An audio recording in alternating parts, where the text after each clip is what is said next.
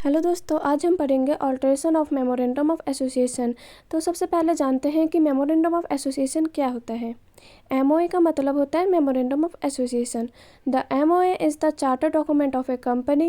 It defines the company's objectives, powers and limitation. It acts as the foundation of the company and is required for its incorporation. मतलब MOA एक charter document होता है company का, जो कि ये बताता है कि कंपनी का ऑब्जेक्टिव्स क्या है, पावर क्या है और लिमिटेशन क्या है, मतलब कंपनी क्या काम करती है।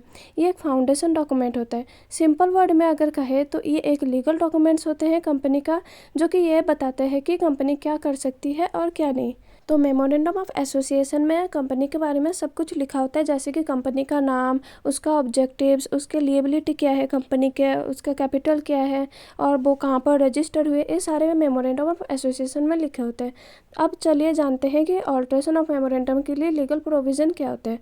The alteration of MOA is governed by section 13 of the companies act 2013। तो इसमें एमओए को चेंज करने के लिए कंपनीज एक्ट 2013 में सेक्शन 13 के रूल्स फॉलो करने होते हैं, जैसे कि शेयर होल्डर की अप्रूवल लेना और रजिस्टर्ड ऑफ कंपनी आरओसी को नोटिफाई करना, और कभी कभी रेगुलेटरीज बॉडी जैसे कि आरबीआई, एससीबीआई की भी परमिशन लेनी पड़ती है।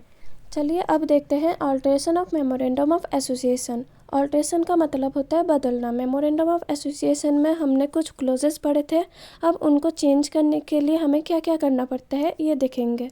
तो इनमें 5 है। नेम क्लोज है, रजिस्टर्ड ऑफिस क्लोज है, ऑब्जेक्ट क्लोज है, लिएबिलिटी क्लोज है और कैपिटल क्लोज है। अब इनके बारे में देखते हैं। तो फर्स्ट आता है नेम क्लोज। तो एमओए में नेम कब चेंज करते हैं, जब कंपनी का नाम एकदम सिमिलर हो दूसरे रजिस्टर्ड कंपनी के तब, और दूसरा कोई कंपनी अगर प्राइवेट कंपनी से पब्लिक कंपनी करना चाहती है तब।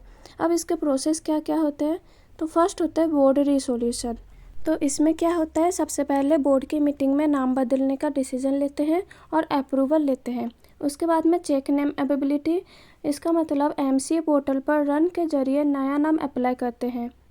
फिर उसके बाद में आता है स्पेशल रिसोल्यूशन। इसमें शेयर होल्डर की मीटिंग में स्पेशल रिसोल्यूशन पास करते हैं। फिर आता है फाइलिंग विद आरओसी। एमसीए में फॉर्म MGT 14 और फॉर्म INC 24 भरकर सबमिट करना होता है इसमें।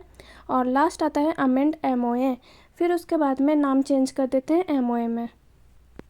तो एक बार जल्दी से देख लेते हैं कि हमने क्या क्या पढ़ा है। बोर्ड रिसोल्यूशन, जहाँ पर बोर्ड की मीटिंग होती है और उसमें डिसीजन लेते हैं। फिर चेक नेम अवेलेबिलिटी, इसमें देखते हैं कि जो कंपनी का जो नया नाम रखेंगे वो अवेलेबल है कि नहीं है। फिर स्पेशल रिसोल्यूशन, जो कि शेयर होल्डर के जनरल मीटिंग में पास करते हैं। फिर फाइलिंग विद आरओसी, इसमें फॉर्म MGT 14 और फॉर्म INC 24 भरकर सबमिट करते हैं और अमेंड एमओए में न्यू नेम अपडेट कर देते हैं। सेकंड आता है हमारा रजिस्टर्ड ऑफिस क्लोज। तो एमओए में जो रजिस्टर्ड ऑफिस प्लेस है उसको चेंज कैसे करेंगे, लेकिन ये कब करते हैं पहले ये जानते हैं। The company changes it's address with in the same city, state और टू ए डिफरेंट स्टेट। जब कंपनी का रजिस्टर्ड ऑफिस किसी दूसरी जगह शिफ्ट करना हो तो कंपनी को एमओए में भी चेंज करना पड़ता है। इसे कैसे बदले ये देखते हैं।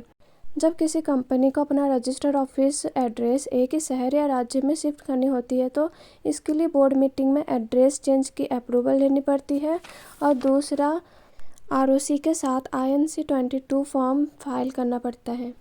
अब अगर कोई कंपनी दूसरे राज्य में शिफ्ट करना चाहती है उसका रजिस्टर्ड ऑफिस एड्रेस, तो उसके लिए स्पेशल रिसोल्यूशन पास करना होता है, और उसके बाद में रीजनल डायरेक्टर से फाइलिंग फॉर्म INC 23 अप्रूवल करना पड़ता है, और उसके बाद में अप्रूवल के बाद में फॉर्म INC 28 और INC 22 फाइल सबमिट करना पड़ता है।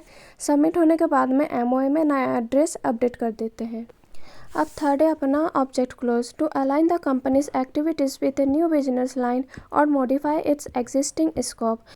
मतलब जब कोई कंपनी अपने बिजनेस के ऑब्जेक्टिव्स या एक्टिविटीज़ को चेंज करते हैं तो उनको एमओए में चेंज करने के लिए बोर्ड मीटिंग में अप्रूव लेना पड़ता है, शेयर होल्डर से स्पेशल रिसोल्यूशन पास करना पड़ता है, उसके बाद में MGT 14 फॉर्म फाइल करना पड़ता है, और लास्ट में अगर ज़रूरत पड़े तो रेगुलेटरी अप्रूवल लेनी पड़ती है, जैसे SCBI RBI से। अब आ जाता है हमारा liability close. to alter the extent of liability of the members, converting a company with limited liability into a unlimited liability company। Means अगर कंपनी मेंबर्स की लाइबिलिटी का नेचर बदलना चाहते हैं, जैसे लिमिटेड लाइबिलिटी से अनलिमिटेड लाइबिलिटी में, तो इसके लिए कंपनी को एक स्पेशल रेजोल्यूशन पास करना होता है जनरल मीटिंग में, और दूसरी MGT 14 फॉर्म फाइल करना होता है ROC के साथ में, और अगर एडिशनल अप्रूवल चाहिए तो उसे भी सबमिट करना होता है। अब आ जाते हैं कैपिटल क्लोज में। तो कंपनी MOA में कैपिटल क्लोज कब चेंज करती है?